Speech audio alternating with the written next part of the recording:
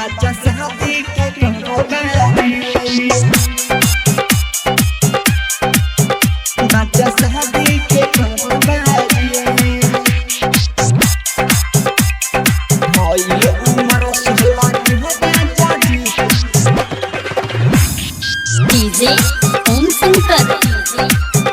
परसा हरभिंडा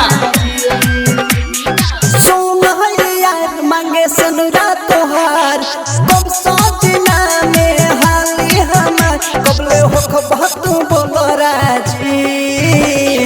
भइल उमर 16 के राजा जी बच्चा शादी के कहोबारी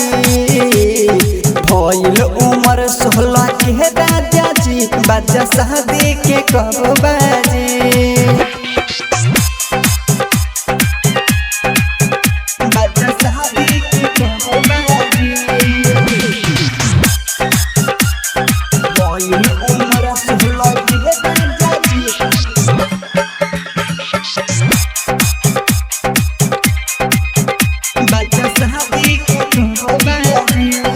डीजे ओम शंकर परसा हरभिंडा कहियाले कहो दिल के लालसा पुरैबा दुल्हन बना के अपना घर ले जाइबा कहियाले कहो दिल के लालसा पुरैबा दुल्हन बना के अपना घर ले जाइबा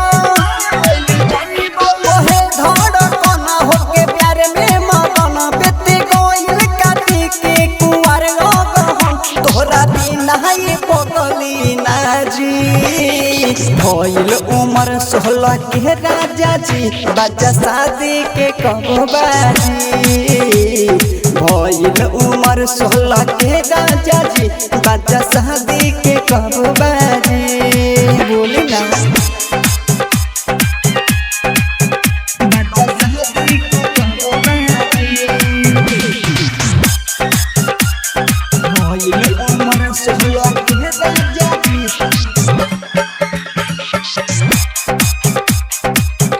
बच्चा शादी के कहोबारी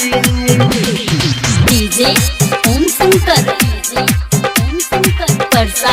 हरभिंडा राइटर जितेश जन्म मारे जवनिया कहियल लिखबा हो प्रेम की कहानिया कहियल लिखबा हो प्रेम की कहानिया राइटर जितेश जन्म मारे जवनिया कहियल लिखबा हो प्रेम की कहानिया सुन लहन बिरजू कर हम बेर हम जनयनु के अपना कर दूरी खत्म जनी वैसे ना हम साजी भइल उमर 16 के राजा जी बच्चा शादी के कहोबारी भइल उमर 16 के राजा जी बच्चा शादी के कहोबारी सुन यार मांगे सनुरा तोहार कब सोचना में हाली हमार कबले हो खबत बोलो राजी भइल उमर 16 के राजा जी बच्चा शादी के कहोबारी